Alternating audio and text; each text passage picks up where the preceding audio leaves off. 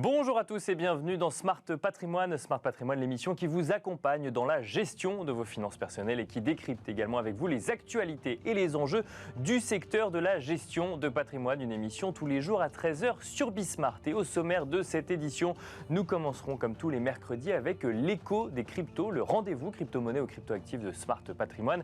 Et en l'occurrence, nous nous intéresserons à un sujet qui va vous donner normalement un petit peu plus de clarté sur les intermédiaires avec lesquels vous travaillez en matière de cryptoactifs ou crypto-monnaies, puisque nous allons nous demander en matière de PSAN, de prestataire de services en actifs numériques, quelle est la différence entre un enregistrement PSAN ou un agrément PSAN. Les deux s'obtiennent auprès de l'AMF, mais pourtant les diligences pour obtenir l'un ou l'autre ne sont pas les mêmes.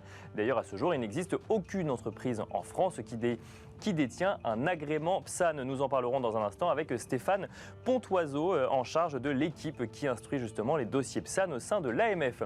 Nous enchaînerons ensuite avec Enjeu Patrimoine, un enjeu patrimoine consacré à l'inflation en lien avec vos placements ou en tout cas avec les investissements que l'on peut réaliser. Nous commencerons par parler de la hausse du taux du livret A à venir en août avant d'élargir un petit peu le sujet sur la réaction que l'on peut avoir face à une inflation qui continue à augmenter lorsque l'on veut gérer son épargne. Nous en parlerons avec Guillaume Pinelli, ingénieur patrimonial chez Astoria Finance, mais nous en parlerons aussi avec Guillaume Essette, directeur associé du cabinet Gfineo. Bienvenue à vous tous qui nous rejoignez. Smart Patrimoine, c'est parti. Quelle différence existe-t-il aujourd'hui entre un enregistrement PSAN ou un agrément PSAN? C'est la question qui va nous animer sur le plateau de Smart Patrimoine dans l'écho des cryptos. Et pour cela, nous avons le plaisir d'être accompagnés par Stéphane Pontoiseau. Bonjour Stéphane Pontoiseau. Bonjour, merci de me recevoir. Bienvenue sur le plateau de Smart Patrimoine. Alors vous êtes directeur de la supervision des intermédiaires et infrastructures de marché, en charge notamment de l'équipe qui instruit les dossiers de PSAN au sein de l'AMF. PSAN pour prestataire de services en actifs numériques. Un agrément ou un enregistrement qu'il faut avoir pour proposer effectivement de l'échange de cryptoactifs sur le sol français. Il y a deux niveaux, il y a enregistrement PSAN et agrément PSAN.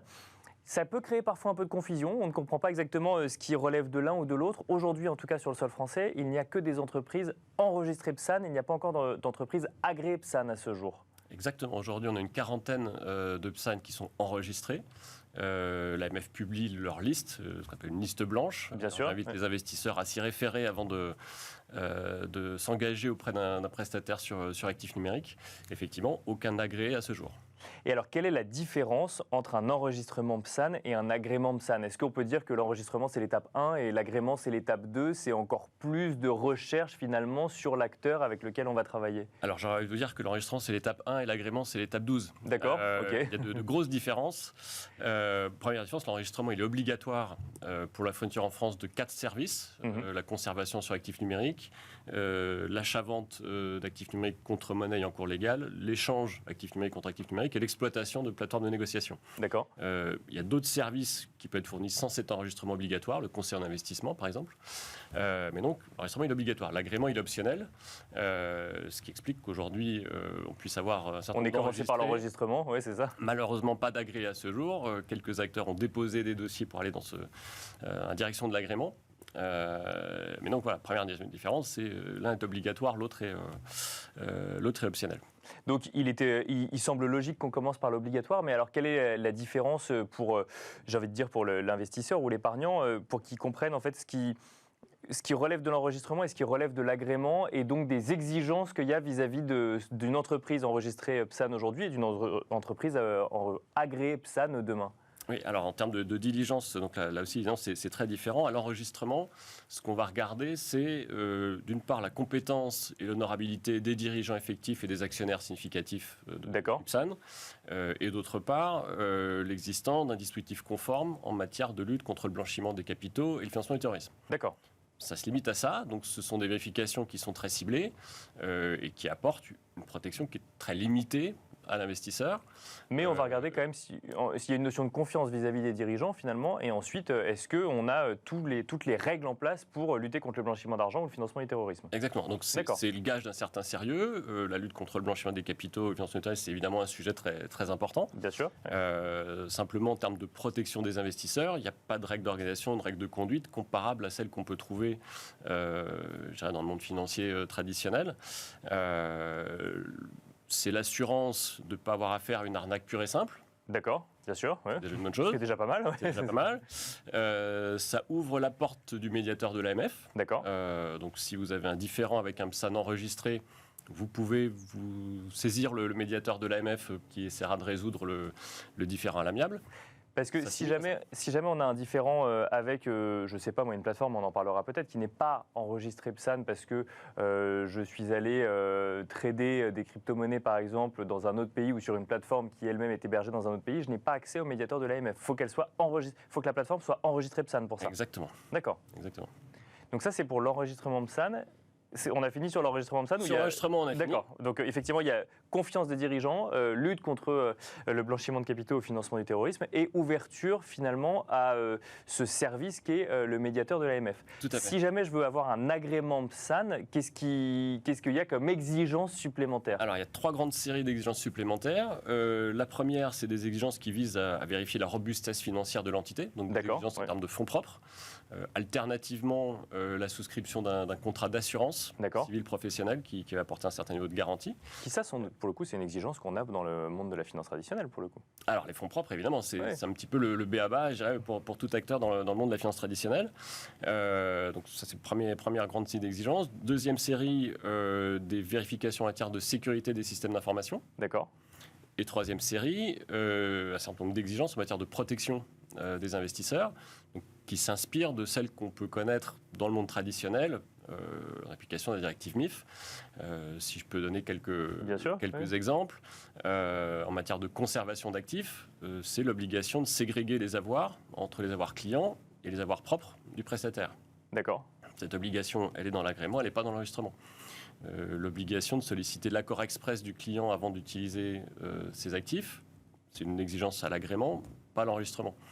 Donc ça veut dire qu'on peut avoir, alors je donne le pire des cas, je ne dis pas que ça existe forcément, mais avoir une entreprise enregistrée PSAN sur le sol français, mais une fois en fait que vous avez acheté vos crypto-monnaies, elles sont mises en commun avec celles qui peuvent être détenues, elles pourraient être mises en commun avec celles qui sont détenues par l'entité propre, et après vous ne savez pas si elles sont réinvesties ou autres, elles sont sur votre compte, mais vous ne savez pas ce qu'il en est fait, c'est ça? Tout à fait. D'accord. Alors, un certain nombre de PSAN enregistrés vont au-delà des exigences strictes de l'enregistrement. D'accord, oui.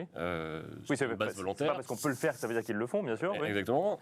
Donc après, ça relève du contractuel. Mais ce qui est certain, c'est que ça n'a pas été vérifié par l'autorité des marchés financiers. Et du coup, il y a une hétérogénéité d'un acteur à l'autre.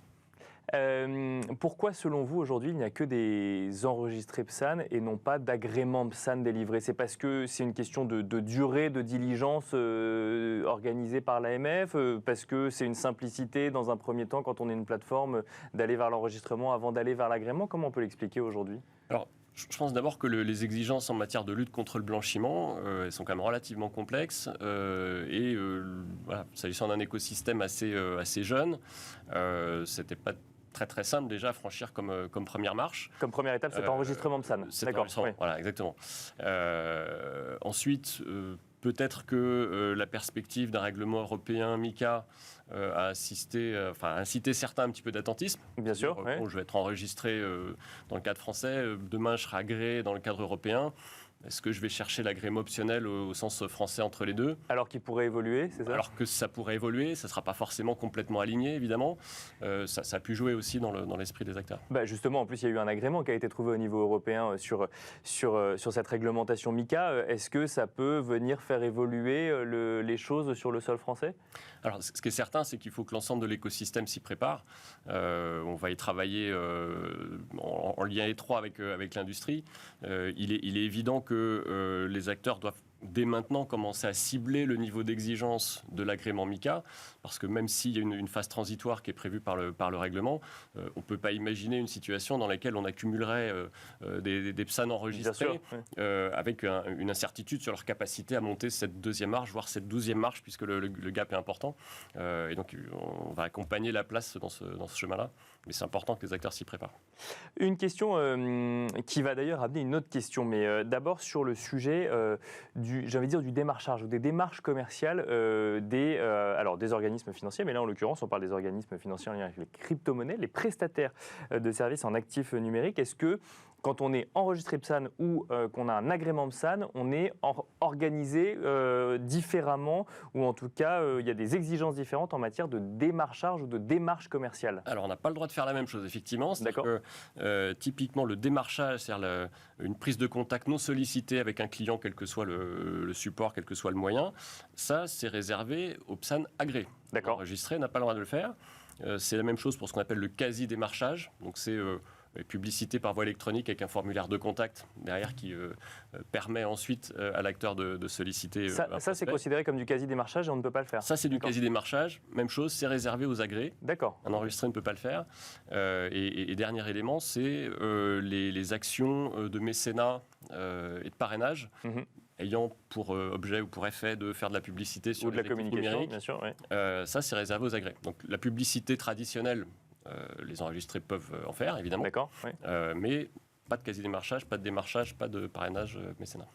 Et alors, il y a un sujet qui revient souvent des plateformes françaises, pour le coup, qui sont enregistrées PSAN, c'est la possibilité pour des plateformes étrangères d'avoir des clients français sur le sol français qui, du coup, feraient la démarche d'aller vers ces plateformes qui, elles, sont basées à l'étranger. C'est légal aujourd'hui que ça arrive aujourd'hui sur le sol français, ça? Alors, l'enregistrement, il est obligatoire pour la fourniture de services en France. D'accord. Et donc, ce qu'on appelle fournir des services en France, c'est soit avoir des installations en France, donc une entité qui est établie en France, un siège social, par exemple. Un siège social, des bureaux de représentation, etc. On va faire l'hypothèse qu'elle fournit des services en France par nature, ou la sollicitation du public. Donc, notamment, avoir une activité promotionnelle en France, ça emporte la fourniture de services en France.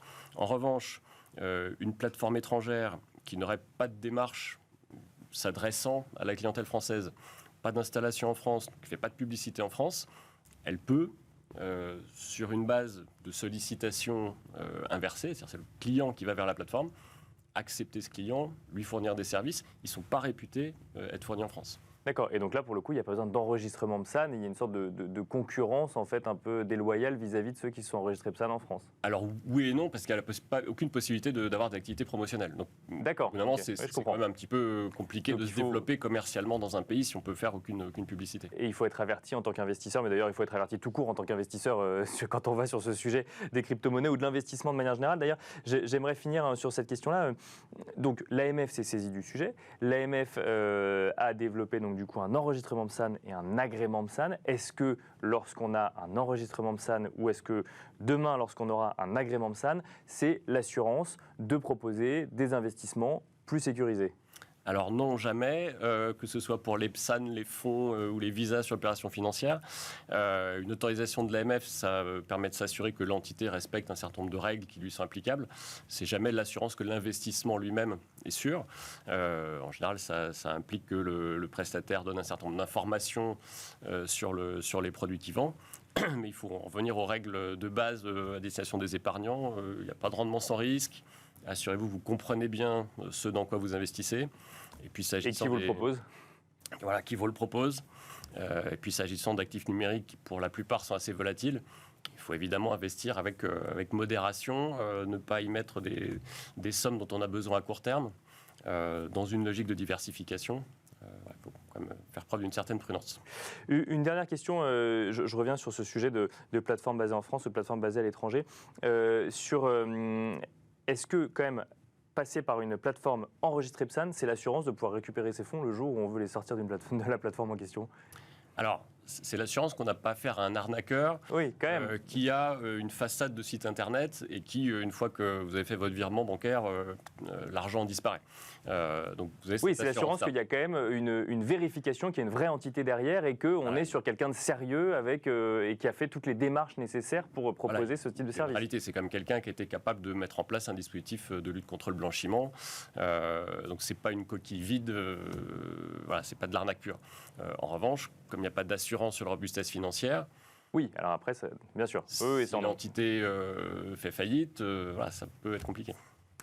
Merci beaucoup Stéphane Pontoiseau d'être venu sur le plateau de Smart Patrimoine et de nous donner, de faire preuve un peu de pédagogie sur la différence entre les deux, parce que c'est vrai que ça peut parfois prêter à confusion. Il y a donc ce terme PSAN et après qui relève de deux réalités différentes, enregistrement et agrément. Merci beaucoup. Merci à vous. Je rappelle Stéphane Pontoiseau, vous êtes directeur de la supervision des intermédiaires et infrastructures de marché en charge de l'équipe qui instruit les dossiers de PSAN au sein de l'AMF. Et quant à nous, on se retrouve tout de suite dans Enjeu Patrimoine. Et nous enchaînons à présent avec Enjeu Patrimoine, un enjeu patrimoine consacré à l'inflation en lien avec vos placements et plus particulièrement à cette hausse à venir du livret A, notamment du livret A, pour le mois d'août. Pour en parler, nous avons le plaisir d'avoir deux experts sur le plateau de Smart Patrimoine. Guillaume Pinelli, tout d'abord, bonjour. Bonjour. Bienvenue sur le plateau de Smart Patrimoine. Vous êtes ingénieur patrimonial chez Astoria Finance et nous avons le plaisir d'être accompagnés également par Guillaume Essette. Bonjour. Bonjour Nicolas. Bienvenue. Merci d'être sur le plateau de Smart Patrimoine. Vous êtes directeur associé du cabinet Gfineo. Alors messieurs, peut-être commencer avec vous Guillaume Essette. Le livret A va augmenter au mois d'août. On ne sait pas encore de combien. Il est actuellement à 1%. Ça pourrait être plus 0,5%, voire plus 1%. Qu'est-ce qu'il faut en penser? Qu'est-ce que ça nous dit? Ça veut dire que le gouvernement a compris que face à l'inflation, il fallait faire un geste en plus pour l'épargne des consommateurs? Alors c'est un beau cadeau fait aux ménages, puisque 1,5 ou 2% net d'impôt avec un risque minimal, il n'y a pas d'équivalent aujourd'hui. Au total, 1,5 ou 2%. Sur le marché. Oui, au total, future hausse attendue incluse. Quel dommage que le livret A soit plafonné à 22 000 € et le LDD, son petit frère, à la moitié de cela. Mais néanmoins, pour ceux et celles qui ont à investir à hauteur de ces livrets, de ces plafonds de livrets, c'est une bonne solution pour placer l'argent, épargne de précaution, l'argent dont on a besoin dans pas longtemps. Néanmoins, on est certain de perdre du pouvoir d'achat, puisque même avec l'inflation est bien supérieure à 2, ouais. Et même si le livret A passé à 2%, on paye pour la disponibilité et la sécurité. Mais néanmoins, on paye moins cher que si on met ça sur du monétaire ou sur un compte en banque non rémunéré. Oui, parce qu'en fait, là, je regardais sur le mois de juin, on est sur une inflation sur un an de 5,8%. Donc même avec un livret A à 2%, on continue à perdre du pouvoir d'achat. C'est le prix de la disponibilité du livret, d'où l'importance de bien segmenter son patrimoine par horizon de temps, d'en mettre suffisamment à court terme en sécurité, mais pas trop, parce que ça coûte d'en mettre trop. Guillaume Pinelli, cette augmentation du livret A, vous vous y attendiez quand vous voyez du coup l'inflation progresser mois après mois? Vous vous disiez il va falloir à un moment effectivement que ce livret d'épargne réglementé soit revu à la hausse par le gouvernement? Bien sûr, ça fait déjà plus d'un an qu'on l'a pris en compte dans nos stratégies patrimoniales. Ça a déjà été doublé le taux en janvier.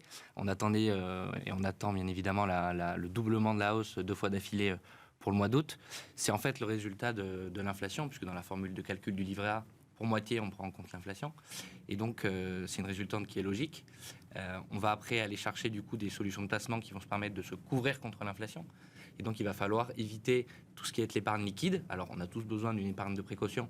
Donc, on a tous besoin d'avoir quelques mois de salaire sur l'épargne réglementée. Le livret A, c'est une épargne liquide pour le coup. Tout à fait. Donc, ce que vous dites, c'est qu'il faut l'éviter. Enfin, on l'utilise un peu, mais... On l'utilise pour vraiment l'épargne du manque de temps. D'accord. L'épargne vraiment des prochaines vacances, des projets à court terme, du futur projet immobilier de l'année, des 2 années qui vont venir. D'accord. Maintenant, quand on veut vraiment se couvrir contre l'inflation et développer son patrimoine, il faut se donner du temps. On n'a plus le choix aujourd'hui, on ne peut plus se permettre de laisser des surplus d'épargne dormante sur l'épargne réglementée. Et d'ailleurs, je rebondis sur ce que vous disiez Guillaume, sur le taux d'intérêt qui est réel et négatif aujourd'hui sur les livrets A.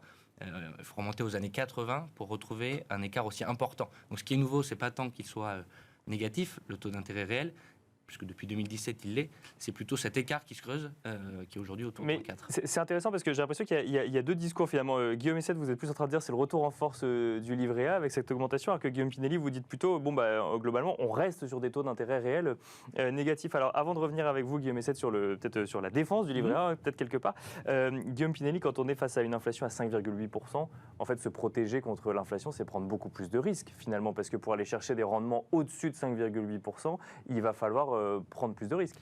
Il va falloir se donner du temps. Ouais. Du temps, ça veut dire quoi? Ça veut dire un horizon moyen à long terme, 8-10 ans. Mais alors, ce qui est intéressant de voir, c'est quand on regarde les chiffres du livret A, il y a quasiment 60% des encours du livret A qui sont là depuis plus de 10 ans. D'accord. Ouais. Donc en fait, il y a beaucoup de personnes qui ont mis de liquidité, et tant mieux, ça veut dire qu'ils n'ont pas eu besoin de puiser dans cette épargne des imprévus. Mais ça veut dire aussi qu'il y a peut-être un surplus et qu'aujourd'hui, il faut peut-être se poser les bonnes questions maintenant et revenir à une segmentation de son patrimoine et tout ce qui ne concerne pas les imprévus, vraiment se donner du temps et le mettre sur d'autres enveloppes. Donc, utiliser ce contexte inflationniste pour se poser les bonnes questions. Guillaume Essette, dans votre réponse, tout à l'heure, j'avais quand même l'impression que vous trouviez que le livret A redevenait intéressant. Alors, effectivement, si on passe à 2%, là où on était à 0,5% il y a encore 8 mois, là, ça change un peu la donne quand même sur ce placement ? La question, c'est qu'est-ce qu'on fait avec son épargne de court terme ? Qu'est-ce qu'on fait avec l'argent dont on aura besoin dans 6 mois, dans un an ? L'investir sur des solutions de long terme, c'est bien sûr pas raisonnable, c'est pas la solution.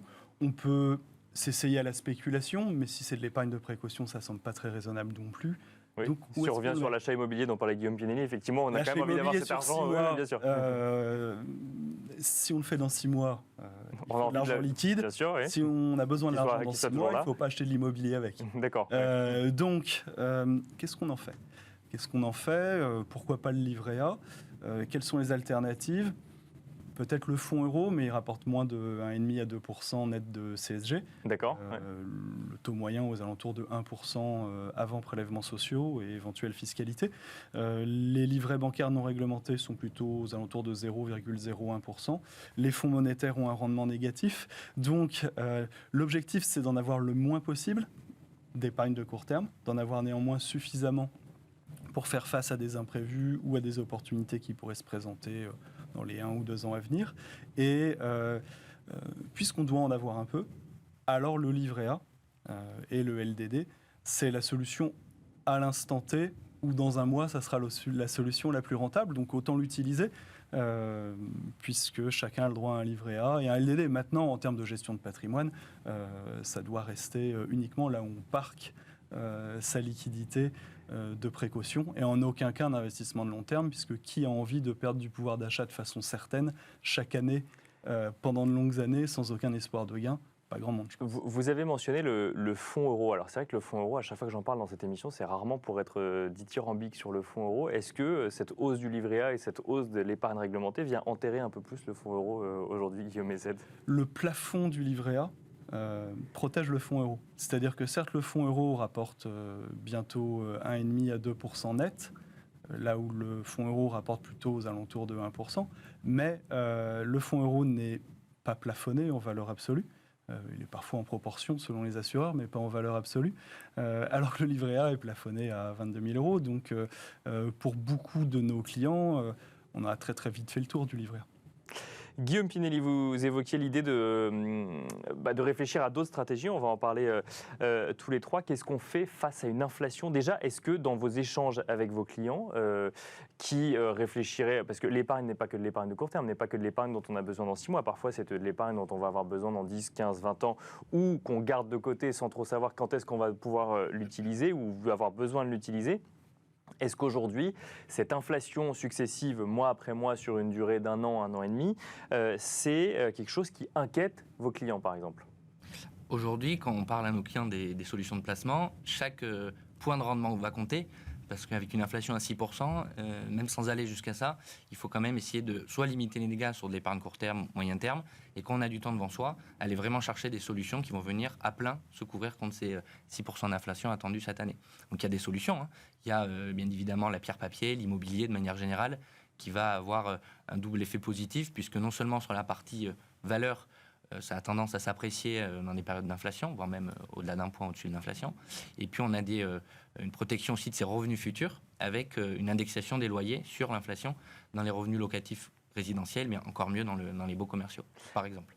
Même lorsque on a des taux qui augmentent auprès des banques et que du coup les conditions de financement pour avoir accès à l'immobilier sont plus complexes? Alors, c'est sûr que c'est aussi un sujet qu'il faut prendre en compte aujourd'hui. On a un sujet avec les taux d'usure notamment qui bloquent pas mal les emprunteurs français aujourd'hui.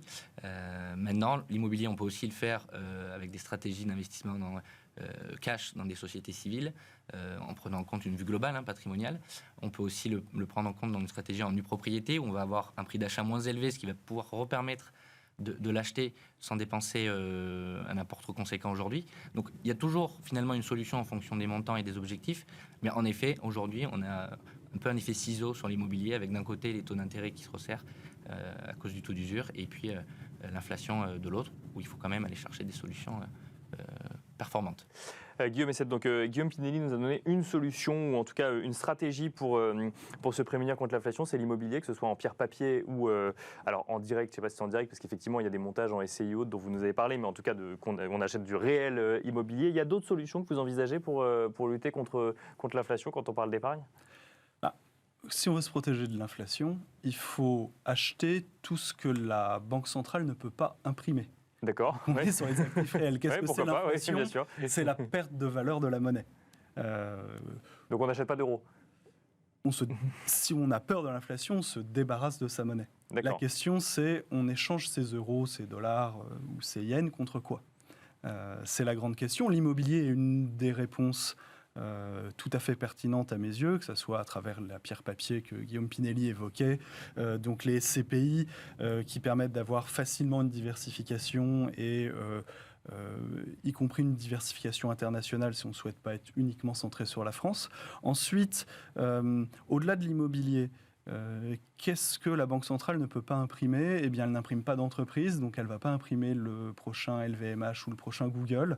On peut s'intéresser, quand on a du temps devant soi, 8-10 ans devant soi, à la baisse récente des marchés qui permet d'acheter des entreprises de qualité, qui ont du pricing power et qui s'en sortent dans un contexte inflationniste à des prix raisonnables. On peut, pourquoi pas, s'intéresser aux métaux précieux, ou encore pour ceux qui sont prêts à accepter une forte volatilité, à certains crypto-actifs qu'en effet les banques centrales n'impriment pas. Bon, alors après, effectivement, là, on parle de risque, pour le coup, quand on parle de crypto-actifs, ou en tout cas de volatilité. En revanche, pour les métaux précieux, c'est vrai que je regardais la semaine dernière, c'est vrai qu'on est à 0% depuis le début de l'année. Donc, c'est dans un contexte actuel, c'est vrai que ce n'est pas forcément une bonne performance, mais au moins, ce n'est pas une mauvaise performance. Guillaume Pinelli, je voudrais revenir rapidement quand même sur l'immobilier. Quand on parle d'immobilier, on ne parle pas forcément d'immobilier de logement, on est d'accord? Ça peut être de l'immobilier d'entreprise également, ou de thématiques particulières en immobilier. Tout à fait, c'est d'ailleurs la thématique principale des SCPI. Souvent, on va aller chercher plutôt l'immobilier tertiaire, donc les commerces, les bureaux, la santé, la logistique aussi maintenant, qui est en fort développement. Et donc, on va aller chercher des rendements plus élevés que dans le résidentiel, et avec une diversification maximale dans une SCPI, voire même avec une allocation de plusieurs SCPI qui va nous permettre de décorréler son risque. Donc, il faut un peu finalement décomplexifier le sujet du risque, puisqu'en fait, c'est plutôt une question d'horizon de temps qu'une question de risque. Les fluctuations de court terme ne sont plus un sujet quand on a du temps devant soi. Et puis il y a d'autres actifs réels que l'immobilier. On peut penser, il y a des fonds d'infrastructure qui performent très bien depuis le début de l'année, par exemple. Donc ça, c'est plutôt des projets de financement dans des investissements durables, la logistique, les télécoms, par exemple, où on a des rendements plutôt stables, à condition d'avoir du temps, et on a des rendements qui peuvent couvrir l'inflation, tout à fait. Et on finira là-dessus. Merci beaucoup, Guillaume Pinelli. Je rappelle que vous êtes ingénieur patrimonial chez Astoria Finance. Merci également, Guillaume Essette. Je rappelle que vous êtes directeur associé du cabinet Gfineo. Merci à vous de nous avoir suivis. On espère vous avoir donné quelques clés de compréhension en matière de gestion de son épargne face à une inflation toujours grandissante. Merci beaucoup et on se retrouve demain à 13h sur Bismart pour un nouveau numéro de Smart Patrimoine.